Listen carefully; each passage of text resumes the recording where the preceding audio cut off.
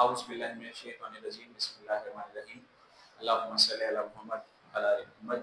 आज का जो हमारा टॉपिक है वो है बेसिकली सॉल्युबिलिटी के हवाले से। सॉल्युबिलिटी क्या होती है उसको हम समझने के लिए एक एग्जांपल देखते हैं। सबसे पहले लेट्स सपोज हमारे पास एक ग्लास है जिसके अंदर वाटर मौजूद है जो कि हमारे पास 100 ml है। कैलकुलेटेड अमाउंट ऑफ वाटर मौजूद है।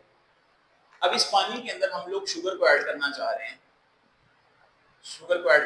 हैं। तो जब हम इसके अंदर शुगर को ऐड करेंगे तो वो थोड़ी सी डिजोल्व होगी, 2 ग्राम 3 ग्राम 4 ग्राम 5 ग्राम इस तरह डिजोल्व होती जाएगी। एक खास पॉइंट आएगा जहां पर वो सॉल्व होना बंद हो जाएगी। तो ये जो डिजोल्व होने की सलाहियत है शुगर की पानी के अंदर, उसको हम बोलते हैं सॉल्युबिलिटी। इसकी डेफिनेशन की अगर हम बात करें तो यहाँ पर लिखा गया है solubility is the maximum amount of solute, कि मैक्सिमम अमाउंट ऑफ सोल्यूट, ये जो सोल्यूट हम ऐड कर रहे हैं, यहाँ पर शुगर ऐड कर रहे हैं, वो कितना ऐड कर सकते हैं? 2 ग्राम 3 ग्राम 4 ग्राम 5 ग्राम कितना ऐड किया जा सकता है?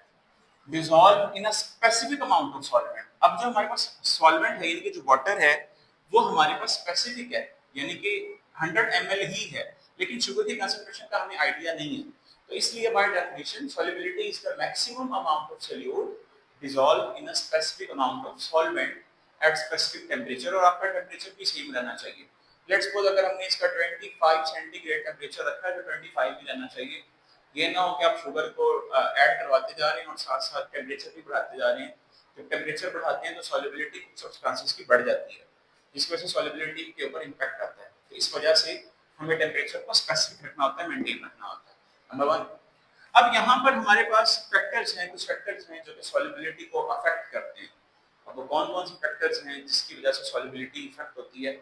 उसमें सबसे पहला हमारे पास है नेचर ऑफ सोल्यूट, दूसरा हमारे पास है टेम्परेचर, और तीसरा हमारे पास है प्रेशर।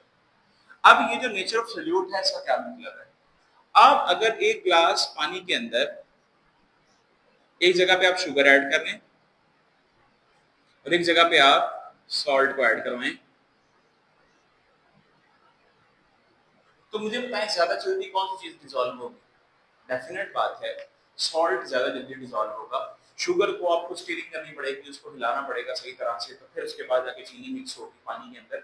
लेकिन अगर हम सॉल्ट की बात करें तो सॉल्ट को हल्का सा भी अगर हमने हिलाया या हल्का सा भी शेक किया उसका तो वो मिक्स हो जाता है। इसका मतलब है कि शुगर की नेचर और सॉल्ट की नेचर में फर्क है। ठीक हो गया? अभी क्या फर्क है? जो शुगर है हमारे पास इसके अंदर इंटरमॉलिक्यूलर फोर्सेस ज्यादा स्ट्रांग होती हैं, सॉल्ट के अंदर इंटरमॉलिक्यूलर फोर्सेस इतनी ज्यादा स्ट्रांग नहीं होती, जिसकी वजह से स्ट्रांग इंटरमॉलिक्यूलर फोर्सेस होने की वजह से शुगर को थोड़ा टाइम ज्यादा लगता है सॉल्युबल होते हुए, और सॉल्ट को टाइम कम लगता है डिसॉल्व होते हुए। तो ये पहला फैक्टर है। दूसरा हमारे पास है टेम्परेचर। अब जैसे हमने सैचुरेटेड और अनसैचुरेटेड की बात की थी पिछले लेक्चर में, तो वहां पर हमने क्या बताया था कि जैसे जैसे हम टेम्परेचर को बढ़ाते हैं सॉल्युबिलिटी आपकी इंक्रीज होना स्टार्ट हो जाती है। लाइक अगर हमारे पास एक ग्लास है, ग्लास के अंदर हमने पानी लिया हुआ है, उसके अंदर अगर हम चीनी को डिसॉल्व करवा रहे हैं एक स्पेसिफिक टेम्परेचर तक तो चीनी उसमें डिसॉल्व होगी, लेकिन फिर डिसॉल्व होना बंद हो जाएगी।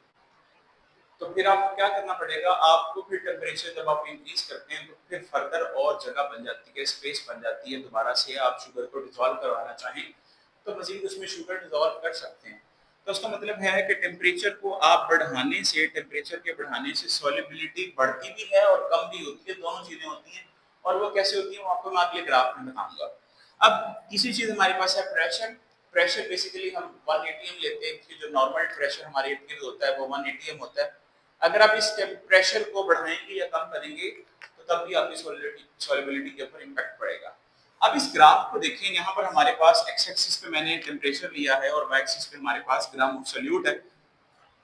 जैसे जैसे हम टेम्परेचर को बढ़ा रहे हैं कुछ सब्सटेंसेस ऐसे हैं रेड कलर में शो किए जा रहे हैं, कुछ सब्सटेंसेस ऐसे हैं जिनका टेम्परेचर के बढ़ने से सॉल्युबिलिटी इंक्रीज हो रही है। ये यहाँ पर देखिए KNO3 है हमारे पास, NaNO3 है, NH4Cl है, ये तमाम के तमाम वो सब्सटेंसेस हैं जिनका टेम्परेचर बढ़ाने से उनकी सॉल्युबिलिटी इंक्रीज हो रही है, बढ़ रही है। उसमें एग्जांपल है KNO3, NaNO3, NH4Cl। अब इसकी क्या रीजन है? इसकी रीजन बेटा ये है कि जैसे जैसे हम लोग टेम्परेचर बढ़ाते हैं जो मॉलिक्यूल्स की काइनेटिक एनर्जी होती है वो इंक्रीज होना स्टार्ट हो जाती है। जब काइनेटिक एनर्जी इंक्रीज होती है तो मॉलिक्यूल्स मूवमेंट करते हैं, मोशन शो करते हैं, जिसकी वजह से इफेक्टिव कोलिजन्स होती हैं। इफेक्टिव कोलिजन के नतीजे में आपका जो रेट ऑफ रिएक्शन है या जो सॉल्युबिलिटी है वो इंक्रीज होना स्टार्ट हो जाती है।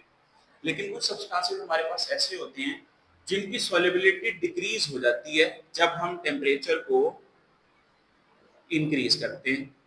अब इसकी क्या वजह होती है? देखिए, कुछ सब्सटेंसेस हमारे पास ऐसे होते हैं जो कि एक्सोथर्मिक रिएक्शन परफॉर्म करवा रहे होते हैं। अब एक्सोथर्मिक रिएक्शंस क्या हैं? ऐसे रिएक्शंस जो कि हीट आउटसाइड द सिस्टम देते हैं, यानी कि जो हीट हमें देते हैं उसको हम एक्सोथर्मिक रिएक्शन बोलते हैं। एंडोथर्मिक रिएक्शंस में हमें खुद से हीट देनी पड़ती है, एक्सोथर्मिक रिएक्शन हमें हीट देते हैं। अब उनको हीट की जरूरत नहीं है, बल्कि वो हीट खुद से बाहर निकाल रहे हैं। अगर हम उनको अब टेम्परेचर देना खुद से स्टार्ट कर दें तो क्या होगा?